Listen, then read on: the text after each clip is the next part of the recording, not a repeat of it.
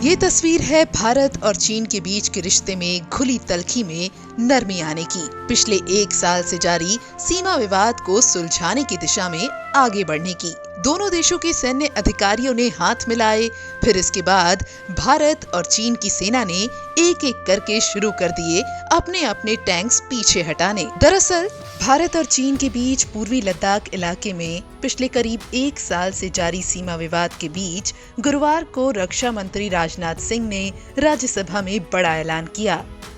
वो ये कि पेंगोंग लेक के पास विवाद को लेकर भारत और चीन के बीच समझौता हो गया है। दोनों ही देश अपनी अपनी सेनाओं को पीछे हटाने को लेकर सहमत हुए हैं। साथ ही अप्रैल 2020 से पहले की स्थिति को अब लागू कर दिया जाएगा।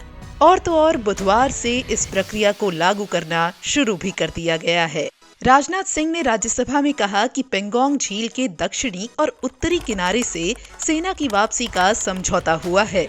उन्होंने कहा कि चीनी सेना इस बात पर भी सहमत हो गई है कि पेंगोंग लेक से सेना वापसी के 48 घंटे के भीतर सीनियर कमांडर लेवल की बैठक होगी और बाकी बचे मुद्दों का भी हल निकाला जाएगा। भारत चीन में सेना वापसी का जो ये समझौता हुआ है, उसके तहत पेंगोंग लेक इलाके में दोनों पक्ष अग्रिम मोर्चे पर सेना की वापसी करेंगे। चीन अपनी सेना की टुकड़ियों को नॉर्थ बैंक में फिंगर 8 के पूरब की दिशा की तरफ रखेगा और भारत अपनी सेना की टुकड़ियों को फिंगर 3 के पास स्थित स्थायी बेस धन सिंह थापा पोस्ट पर रखेगा। पेंगोंग लेक के साउथ बैंक पोस्ट पर भी दोनों सेनाएं इसी तरह की कार्रवाई करेंगी। इसी के साथ राजनाथ सिंह ने संसद में एक और बड़ी बात कही। उनका कहना है कि इस बातचीत में भारत ने कुछ भी नहीं खोया है।